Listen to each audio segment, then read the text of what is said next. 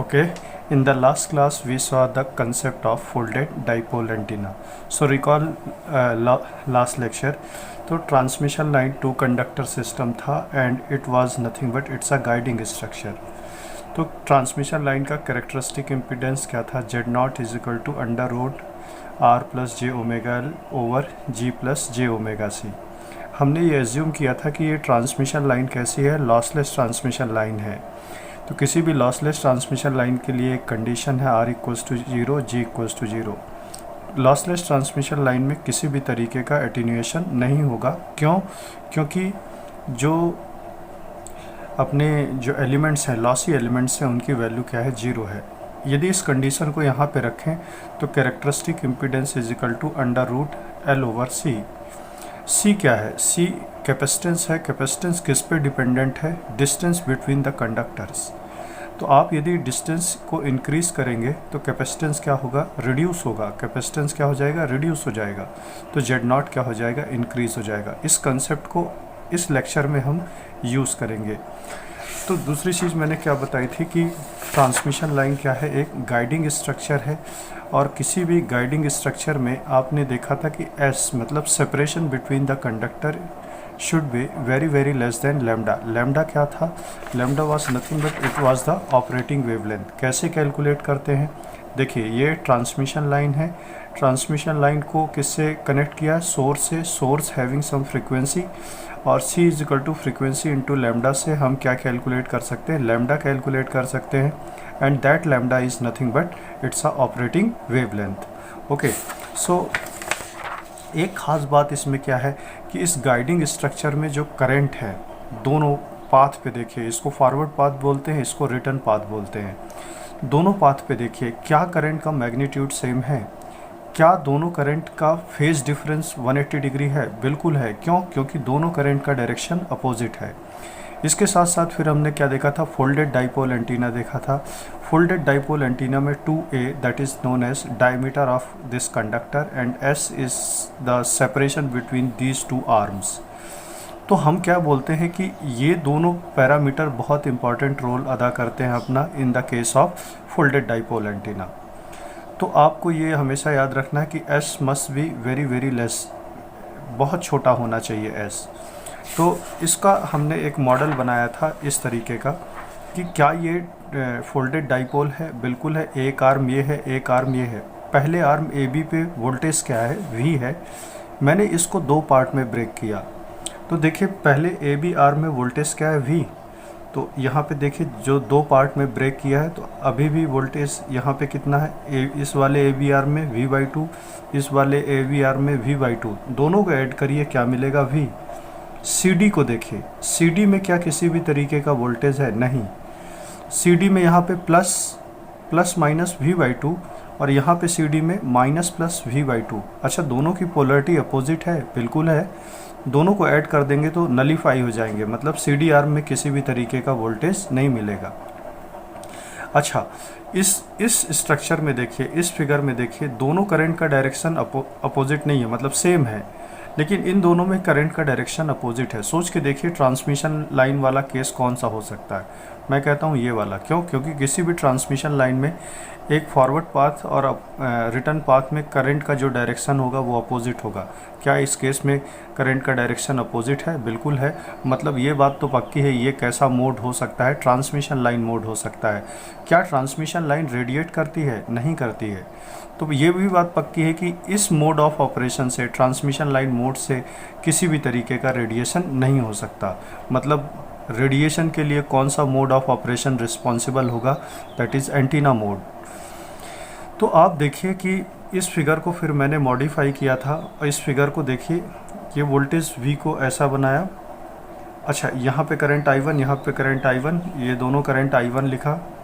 तो आप देखिए कि इन दोनों करंट को ऐड करिए तो 2I1 मिला. यहाँ वोल्टेज V मिला, सॉरी V/2 मिला. यहाँ पे करंट, ये इसमें I1, इसमें I1, यहाँ I1, यहाँ I1. तो इन दोनों को मिलाऊंगा तो क्या बनेगा? 2I1. अच्छा, ये कौन सा एंटीना बन गया? सोच के देखिए, क्या ये डाइपोल है? हाँ है. कि ये एक आर्म ये, एक आर्म ये डाइपोल एंटीना बन गया. अब मैं पूछूं आपसे कि इस डाइपोल एंटीना का इनपुट इम्पीडेंस कितना है? तो इम्पीडेंस क्या होता है? Voltage divided by current. मतलब यहाँ पे जो इम्पीडेंस होगा Z1 is equal to voltage कितना V/2, करंट कितना है 2I1, आप ये ऐसा लिख दीजिए। अच्छा, ये Z1 किसका इम्पीडेंस है? डाइपोल का इम्पीडेंस है, तो Z1 is equal to V/4 times of I1। लेकिन आपको साथ साथ ये V और I1 ये दोनों चीज़ें हैं क्या एक्चुअली में? फोल्डेड डाइपोल में देखिए वोल्टेज V है और ये I1, V/I1 किसका इम्पीडेंस होगा? फोल्डेड डाइपोल एंटीना का इम्पीडेंस होगा। V/I1 किसका इम्पीडेंस होगा?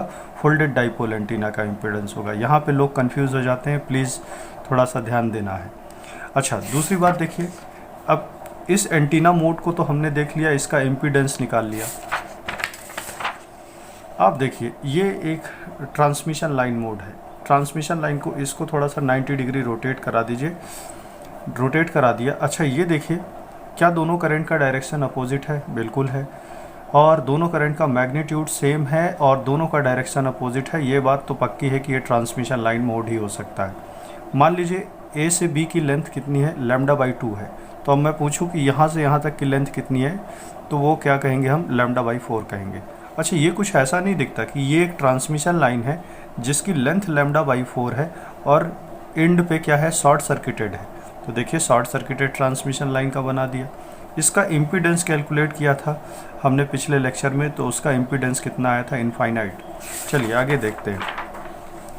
यानी कि किसी भी फोल्डेड डाइपोल एंटीना को हमने दो मोड ऑफ ऑपरेशन पे ब्रेक किया, एक एंटीना मोड और एक transmission line mode. Antenna mode में इम्पीडेंस कितना आया? Z1 is equal to V/4 times of I1। Transmission line mode पे इम्पीडेंस कितना आया? ये Z2 इज इक्वल टू क्या आया? इनफाइनाइट। ये दोनों स्ट्रक्चर क्या है? पैरेलल है। यदि दो पैरेलल कॉम्बिनेशन की बात करें तो क्या होगा? Parallel combination Z1 into Z2 upon Z1 plus Z2।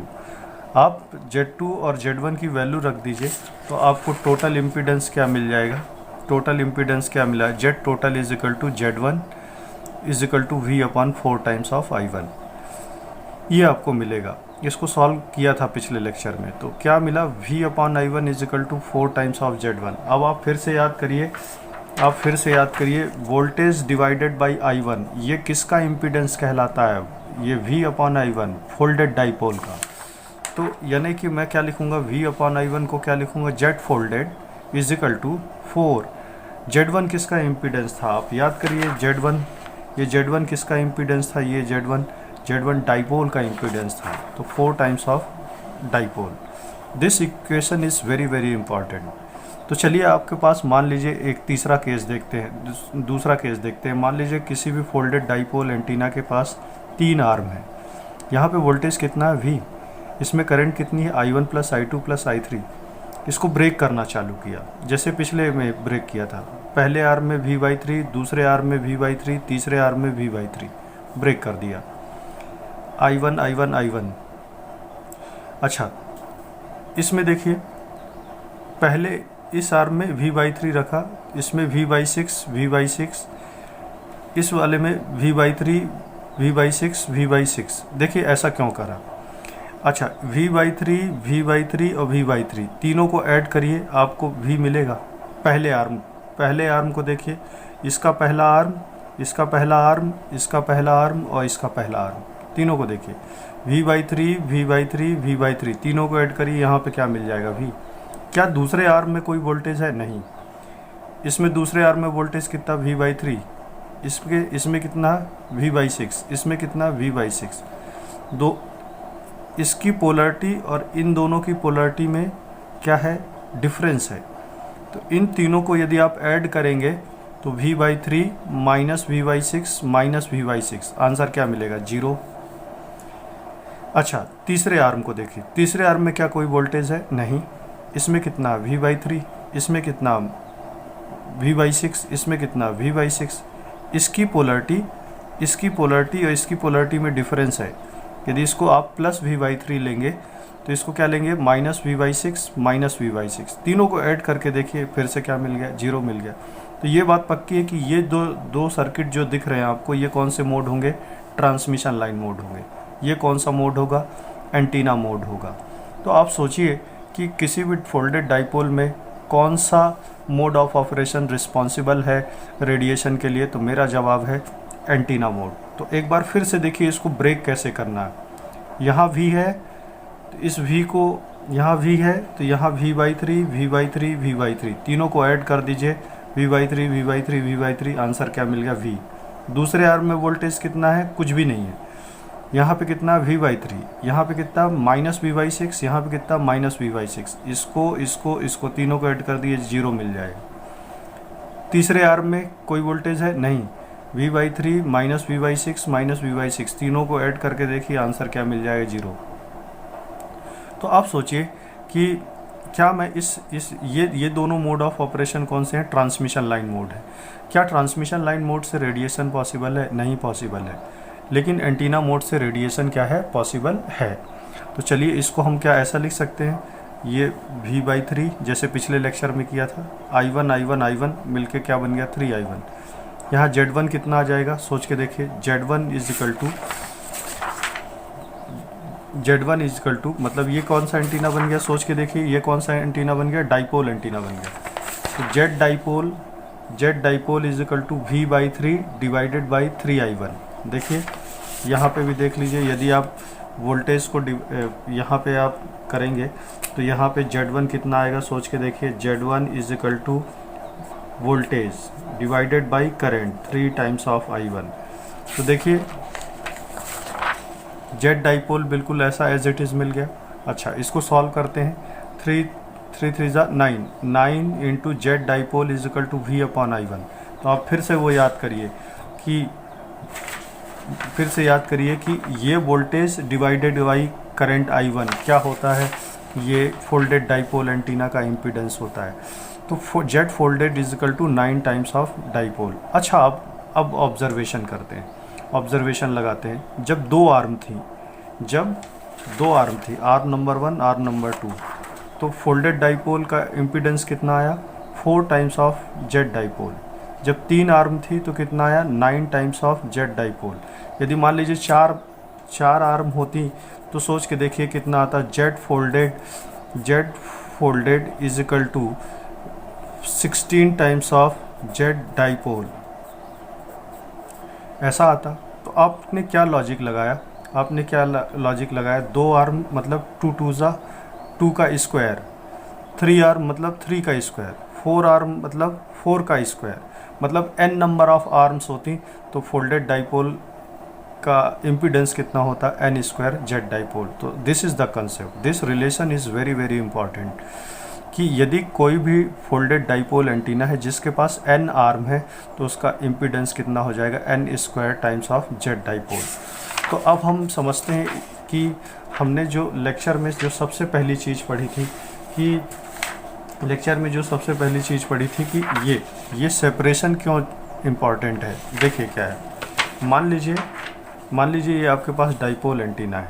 This dipole antenna is connected with transmission line. चलिए ट्रांसमिशन लाइन से कनेक्ट किया। ट्रांसमिशन लाइन का नेचर क्या होता है, किसी भी ट्रांसमिशन लाइन का जो बेसिक फंक्शन है कि टू गाइड द वेव्स। अच्छा ये कैसी ट्रांसमिशन लाइन है, देखने पे क्या पता चलता है, लॉसलेस ट्रांसमिशन लाइन है। लॉसलेस ट्रांसमिशन लाइन है तो इसका कैरेक्टरिस्टिक इम्पीडेंस कितना होगा, Z। आप देखिए याद करिए, लॉसलेस ट्रांसमिशन लाइन है तो Z0 is equal to √L/C। किसी भी लॉसलेस ट्रांसमिशन लाइन के लिए R और G की वैल्यू क्या होती है, 0 होती है। चलिए आगे देखते हैं। अच्छा आप देखिए कि डाइपोल का इम्पीडेंस कितना है, 73 ओम। डाइपोल का इम्पीडेंस कितना है, 73 ओम। आप पिछले लेक्चर में ये भी देखे थे कि यदि इन दोनों के बीच का सेपरेशन इंक्रीज करूँगा, वैसे भी देख लीजिए Z0 इज इक्वल टू क्या लिखा है, √L/C। चलिए C किस पे डिपेंडेंट है, डिस्टेंस बिटवीन द कंडक्टर। आप सोचिए कि यदि कंडक्टर के बीच का डिस्टेंस यदि मैं इंक्रीज कर दूं तो C क्या हो जाएगा, रिड्यूस हो जाएगा, तो Z0 क्या हो जाएगा, इंक्रीज कर जाएगा। तो यदि मुझे 73 ओम लाना है तो इन दोनों कंडक्टर के बीच का सेपरेशन क्या करूंगा, मैं सेपरेशन कम करूंगा। तो आप सोचिए कि मुझे एक ऐसा ट्रांसमिशन लाइन बनाना है जिसमें कंडक्टर के बीच का सेपरेशन बहुत कम रखना है। तो क्या ऐसी ट्रांसमिशन लाइन बनाना इजी है, तो मेरा आंसर है नहीं। क्यों? It is very difficult to fabricate such kind of transmission line where gap is very very small. चलो इस केस में हम देखते हैं कि यदि गैप स्मॉल है, फिर भी एक बार देखा गैप स्मॉल है तो इसका इम्पीडेंस और इसका इम्पीडेंस क्या कर जाएगा, मैच कर जाएगा। बट इस ट्रांसमिशन लाइन को बनाना आसान नहीं है। तो हम क्या करते हैं कि कंडक्टर के बीच का सेपरेशन इंक्रीज़ करते हैं। सेपरेशन इंक्रीज़ किया, सेपरेशन इंक्रीज़ करूँगा तो सी क्या हो जाएगा, रिड्यूस हो जाएगा। कैरेक्टरिस्टिक इम्पीडेंस क्या हो जाएगा, इंक्रीज़ कर जाएगा। अच्छा, यहाँ का इस ट्रांसमिशन, ये जो ट्रांसमिशन लाइन है मैंने क्या किया, ये भी लॉसलेस ट्रांसमिशन लाइन है। Alpha 0, r equals to 0, g equals to 0, z0 is equal to √L/c। तो आप सोच के देखिए कि यदि मैं सेपरेशन इंक्रीज़ करूँगा तो c रिड्यूस हो जाएगा, z0 इस ट्रांसमिशन लाइन का कैरेक्टरिस्टिक इम्पीडेंस बढ़ जाएगा। अच्छा, डाइपोल का इम्पीडेंस कितना, 73 ओम, लेकिन इस ट्रांसमिशन लाइन का इम्पीडेंस क्या हो गया, इंक्रीज़ कर गया। अब मेरा सवाल ये, इसको सेपरेशन इंक्रीज़ करने से फ़ायदा क्या हुआ? फ़ायदा ये हुआ कि इस ट्रांसमिशन लाइन में यदि मैंने सेपरेशन इंक्रीज़ किया तो मेरे को ये बेनिफिट हुआ कि इस ट्रांसमिशन लाइन को बनाना आसान होगा मेरे लिए। लेकिन नुकसान क्या हो गया? नुकसान ये हो गया कि इस ट्रांसमिशन लाइन का कैरेक्टरिस्टिक इम्पीडेंस इंक्रीज़ कर गया। इसका इम्पीडेंस मान लीजिए इंक्रीज़ करने के बाद सपोज दैट 300 ओम हो गया। कितना हो गया, 300 ओम। और आपने लगाया यहाँ पे डाइपोल, तो क्या 300 ओम और 73 ओम मैच करता है? नहीं। इम्पीडेंस मैच हुआ? नहीं। तो क्या हो जाएगा, वेव्स यहाँ से क्या हो जाएगी, यहाँ से रिफ्लेक्ट बैक हो जाएगी। क्या प्रॉपर ट्रांसमिशन हो पाएगा? नहीं हो पाएगा। इम्पीडेंस क्या हो गया, मिसमैच कर गया। अब मेरे पास क्या क्या बचा?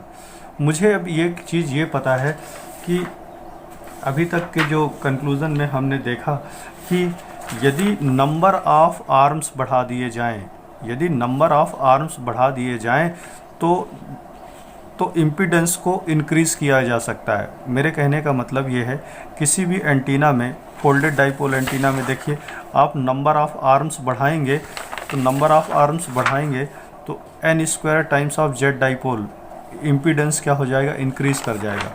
तो देखिए इस डाइपोल की जगह पे मैंने क्या यूज़ किया, फोल्डेड डाइपोल एंटीना यूज़ किया।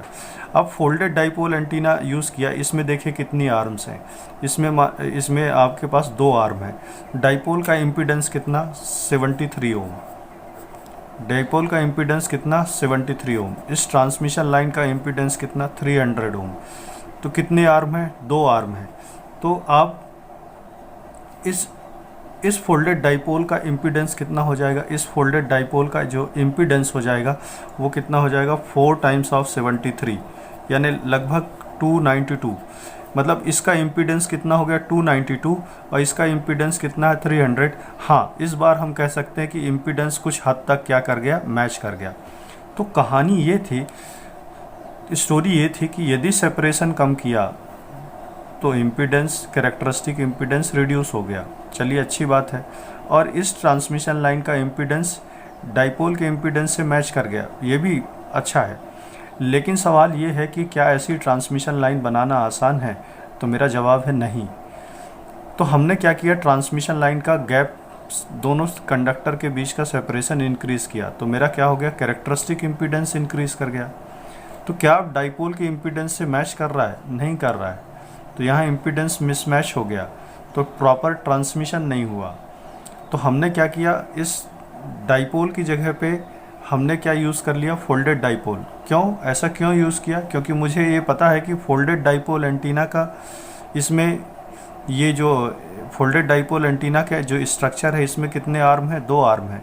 और फोल्डेड डाइपोल का एंटीना का इम्पीडेंस कितना, 4 टाइम्स ऑफ जेड डाइपोल। तो मैंने क्या कर लिया, इस सेक्शन का भी इम्पीडेंस क्या कर लिया, इंक्रीज़ कर लिया। कहने का मतलब ये है, मैंने इधर का इम्पीडेंस इंक्रीज़ किया और फोल्डेड डाइपोल की हेल्प से, इस फोल्डेड डाइपोल की हेल्प से इसका भी इम्पीडेंस इंक्रीज़ कर लिया।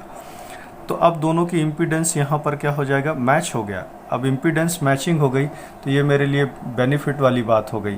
तो आप देखिए कि यहाँ पे इम्पीडेंस मैचिंग हो गई, यहाँ पे मैंने सेपरेशन को भी इंक्रीज़ कर लिया, यहाँ पे मैं इस तरीके की ट्रांसमिशन लाइन को मेरे लिए बनाना भी आसान हो गया।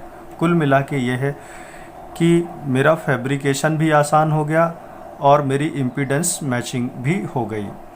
इस केस में इम्पीडेंस मैचिंग नहीं हो रही थी, इसमें फैब्रिकेशन तो ईजी हो गया था। इस केस में इम्पीडेंस मैचिंग हो रही थी लेकिन फैब्रिकेशन आसान नहीं था। इस केस में फैब्रिकेशन भी आसान हो गया और मैंने डाइपोल की हेल्प से, फोल्डेड डाइपोल की हेल्प से इम्पीडेंस को भी इंक्रीज कर लिया, दोनों का इम्पीडेंस मैच कर गया। तो दिस इज़ द कंसेप्ट। चलिए आगे और देखते हैं।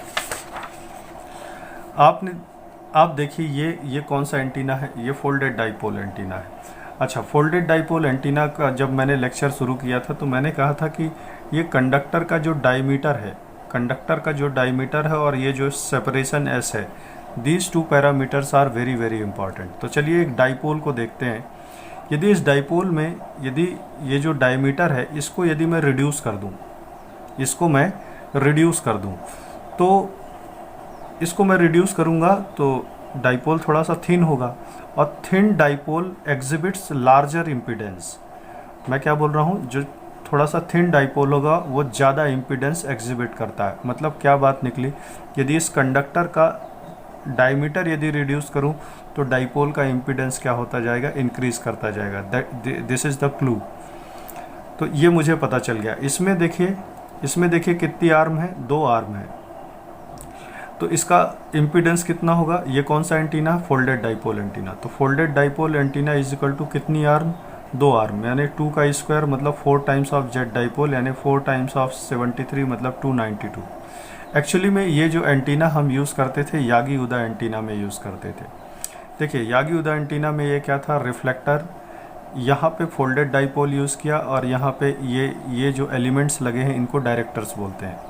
आप टीवी है, आपका टीवी सेट है, टीवी सेट से आपकी ट्रांसमिशन लाइन जाती है। क्या ये transmission line balance transmission line है?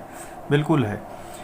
इन दोनों के बीच का सेपरेशन क्या डिसाइड करता है, इन दोनों के बीच का सेपरेशन जो डिसाइड करता है वो कैरेक्टरिस्टिक इम्पीडेंस डिसाइड करता है। Characteristic impedance Z is equal to √L/C। इस ट्रांसमिशन लाइन का जो कैरेक्टरिस्टिक इम्पीडेंस है 300 ओम है। तो आप सोच के देखिए इम्पीडेंस कितना है, 300 ओम। यदि मैं यहाँ पे डाइपोल लगा देता, यहाँ पे इस पॉइंट पे यदि डाइपोल लगाता तो मेरा इम्पीडेंस मैच करता क्या, नहीं। तो मेरे को इंटेंशनली क्या लगाना पड़ा, फोल्डेड डाइपोल एंटीना लगाना पड़ा। इस फोल्डेड डाइपोल एंटीना में कितने आर्म है, 2 आर्म है। 2 आर्म का फोल्डेड डाइपोल एंटीना, इसका इम्पीडेंस कितना होगा, 292। तो 300 और 292 मैच कर जाएगा, बिल्कुल कर जाएगा, मतलब इम्पीडेंस मैचिंग होगी। तो इस तरीके से आप देखें कि इस 2A मतलब ये जो डायमीटर है, डायमीटर का इम्पॉर्टेंस अभी मैंने यहाँ पे थोड़ा सा एक्सप्लेन किया, आगे भी और एक्सप्लेन करूँगा कि आप इस डायमीटर को आप रिड्यूस करेंगे तो इस डाइपोल का इम्पीडेंस क्या हो जाता है, इस डाइपोल का इम्पीडेंस इंक्रीज कर जाएगा। तो ये इसका एप्लीकेशन पार्ट भी मैंने यहाँ बता दिया कि फोल्डेड डाइपोल एंटीना हम पहले किस में यूज़ करते थे, यागी उदा एंटीना में। इसका ऐसा क्यों यूज़ करते थे, क्योंकि हमें यहाँ पे ट्रांसमिशन लाइन और एंटीना का इम्पीडेंस मैच कराना है, इसलिए हम फोल्डेड डाइपोल यहाँ पे यूज़ करते थे इंस्टेड ऑफ नॉर्मल डाइपोल। तो हम यहाँ पे क्या यूज़ करते हैं, फोल्डेड डाइपोल। चलिए थोड़ा सा और आगे देखते हैं। देखिए इम्पीडेंस कैसे कंट्रोल करते हैं। आपको क्या कंसेप्ट समझ में आया कि इसको यदि मैं रिड्यूस कर दूँ, तो मेरा क्या हो जाएगा, इम्पीडेंस क्या हो जाएगा, इंक्रीज़ कर जाएगा। मान लीजिए आपके पास एक सिचुएशन है, कि यदि इस डाइपोल को देखा जाए तो ये कितने आर्म है, इस डाइपोल में 2 आर्म है, तो इसका इम्पीडेंस कितना होगा, 4 टाइम्स ऑफ 73 मतलब 292। चलिए मान लीजिए एक सिचुएशन ऐसी आ गई, एक एप्लीकेशन ऐसा आ गया कि आपको 292 की न जगह पे आपको 325 ओम चाहिए, एक ऐसा एप्लीकेशन आ गया। अच्छा, ट्रांसमिशन लाइन का जो इम्पीडेंस है, सपोज दैट यहाँ पे ट्रांसमिशन लाइन है, उसका इम्पीडेंस है 320 ओम। लेकिन अब सवाल ये है कि यदि यहाँ पे मैं ट्रांसमिशन लाइन का इम्पीडेंस कितना है, 320 ओम, और इस डाइपोल का इम्पीडेंस कितना है, 292 ओम। तो अब सवाल ये है कि मेरे को क्या इन दोनों में इम्पीडेंस मैचिंग होगी, इसका 292 और इसका 320? नहीं। तो मैं क्या करूँगा, मुझे ये पता है कि यदि इस कंडक्टर का थिकनेस थोड़ा सा रिड्यूस कर दूँ या डायमीटर थोड़ा सा रिड्यूस कर दूँ इसके कंपैरिजन में। इसको 2a ही रहने देंगे और इसको थोड़ा सा क्या कर देते हैं, रिड्यूस कर देते हैं। तो आपको पता है कि यदि थिक डायमीटर थोड़ा सा रिड्यूस कर दूंगा तो मेरा इम्पीडेंस क्या हो जाएगा, इंक्रीज़ कर जाएगा। तो इस तरीके से ऐसी टेक्निक्स हम यूज़ करके इस एंटीना का ट्रांसमिशन लाइन से इम्पीडेंस क्या करा लेते हैं, मैच करा लेते हैं। मान लीजिए अब एक दूसरा केस है, मान लीजिए एक दूसरा केस क्या मान लेते हैं कि एक ट्रांसमिशन लाइन है जिसका कैरेक्टरिस्टिक इम्पीडेंस 250 ओम है और इसका ये देखिए डाइपोल है, ये फोल्डेड डाइपोल है, इसका इम्पीडेंस कितना है 292 ओम। अच्छा, क्या दोनों का इम्पीडेंस 250 और 292 मैच कर रहा है? नहीं। तो अब मैं क्या टेक्निक यूज़ करूँगा, मैं ये यूज़ करूँगा कि यदि इसका डायमीटर रिड्यूस करने पे इम्पीडेंस घटता है तो इसका डायमीटर रिड्यूस करने पे इम्पीडेंस इंक्रीज़ करता है, तो इसका डायमीटर बढ़ाने पर इसका इम्पीडेंस क्या होगा, रिड्यूस होगा।